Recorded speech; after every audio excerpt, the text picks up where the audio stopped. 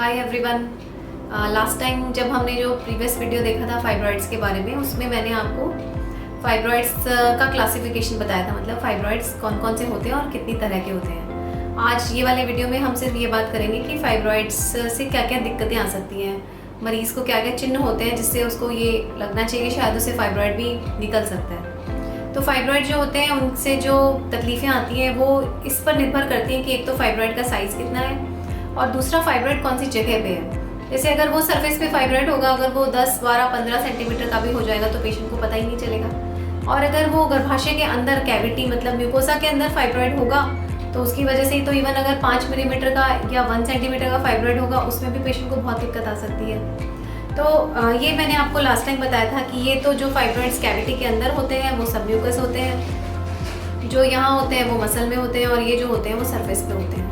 तो जो अंदर वाले फाइब्रॉइड्स होते हैं उनसे तो लगातार ब्लीडिंग होना, खून की कमी होना, ब्लीडिंग होने के बाद दवाइयों का काम ना करना, दवाइयों के बावजूद भी पेशेंट को ब्लीडिंग होते रहना, और ये मसल के अंदर जो फाइब्रॉइड्स होते हैं उसकी वजह से पेशेंट को बहुत ज़्यादा गर्भाशय में दर्द होता है जब महामारी आती है। और ये जो सरफेस के फाइब्रॉइड्स हैं इनका पेशेंट को बहुत बार पता ही नहीं चलता कि उनको फाइब्रॉइड है। इनकी वजह से प्रेशर सिम्टम्स आते हैं, वो भी तब आते हैं जब ये बहुत बड़े हो जाते हैं। तो जनरली ये जो बड़े फाइब्रॉइड्स हैं जो सरफेस पे होते हैं, ये कई बार पेशेंट को ऐसा लगता है कि पेट फूल गया, वजन बढ़ गया, या पेट बाहर निकल आया, या नीचे कुछ टाइट है, इस तरह से उनको पता चलेगा। या फिर कभी कभी ऐसे ही सोनोग्राफी करवाई किसी और कारण से, तब पता चलता है कि अरे मेरे को तो इतने सारे फाइब्रॉइड्स हैं।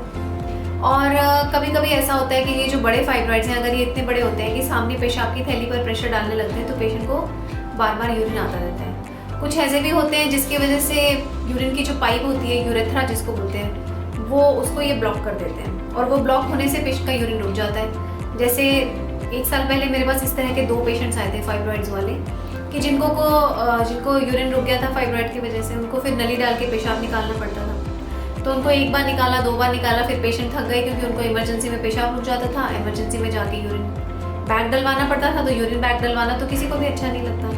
तो फाइनली फिर उन पेशेंट्स ने फाइब्रॉइड्स की सर्जरी करवा दी। इसकी बड़े फाइब्रॉइड की वजह से उसको पॉटी की जगह पे प्रेशर जैसी फीलिंग रह सकती है कि हमेशा ऐसा लगता रहता है कि मोशन जाना है, पर जब जाते हैं तो कुछ आता नहीं है, क्योंकि अगर ये ज़्यादा बड़ा होता है तो ये पॉटी वाली जगह पे प्रेशर डालता है और पेशेंट को ऐसे लगता रहता है कि मोशन जाना है। तो ये तो हो गए बड़े फाइब्रॉइड्स के सिम्टम्स कि पेशेंट को इस तरह की फीलिंग्स आएंगी। जो सबम्यूकस फाइब्रॉइड्स होते हैं, जो छोटे, मतलब ये सबसे नोटोरियस फाइब्रॉइड्स होते हैं जो इसके अंदर होते हैं, उसकी वजह से कंटिन्यूसली ब्लीडिंग होना, खून का कमी होना, कभी कभी इतना कम हो जाता है कि खून चढ़ाने की ज़रूरत पड़ जाती है।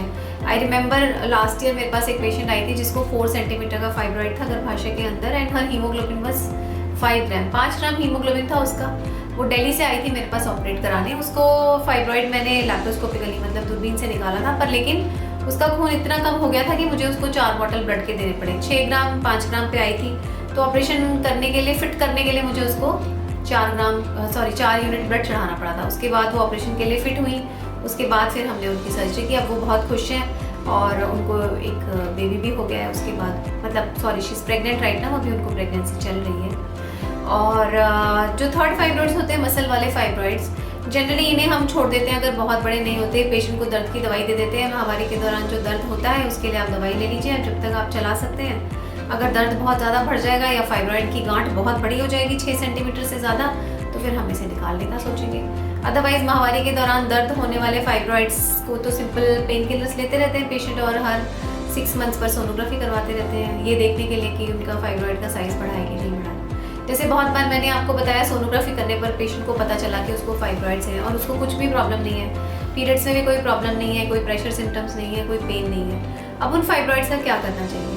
अगर फाइब्रॉइड्स बिल्कुल एसिम्प्टोमेटिक हैं, पेशेंट को कोई प्रॉब्लम नहीं है, तो उन फाइब्रॉइड्स को हम ऐसे ही एज सच छोड़ सकते हैं। उनको ऑपरेट करने की ज़रूरत नहीं है अनलेस एंड अनटिल फाइब्रॉइड का साइज़ बहुत बड़ा है। 8 सेंटीमीटर, 10 सेंटीमीटर, 12 सेंटीमीटर को तो आप नहीं अपनी बॉडी में रखेंगे ना, उनको तो निकालना ही होता है। अगर वो फाइब्रॉइड्स अगर इवन मल्टीपल भी हैं, 6 सेंटीमीटर से कम है और पेशेंट को कोई प्रॉब्लम नहीं है, तो हम उन्हें ये सलाह देते हैं कि आप एवरी 6 मंथ्स सोनोग्राफी करवाते रहिए। और अगर सोनोग्राफी में फाइब्रॉइड्स का साइज़ नहीं बढ़ रहा है तो आप सर्जरी से बच सकते हैं, आप सर्जरी अवॉइड कर सकते हैं। तो ये तो हो गए फाइब्रॉइड से रिलेटेड सिम्टम्स।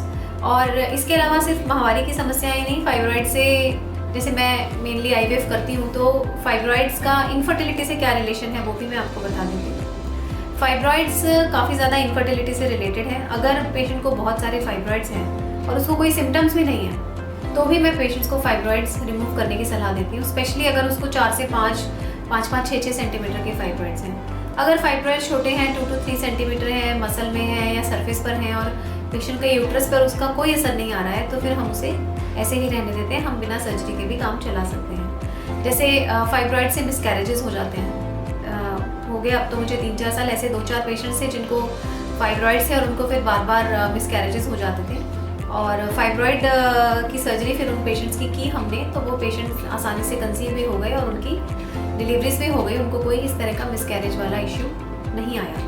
तो फाइब्रॉइड्स ना सिर्फ ब्लीडिंग एवं प्रेशर सिम्टम्स का कारण बनते हैं, वो इनफर्टिलिटी मतलब उनकी वजह से निसंतानता भी हो सकती है और उनकी वजह से पेशेंट को बार बार गर्भपात मतलब रिकरेंट अबॉर्शंस की समस्या भी होने की संभावना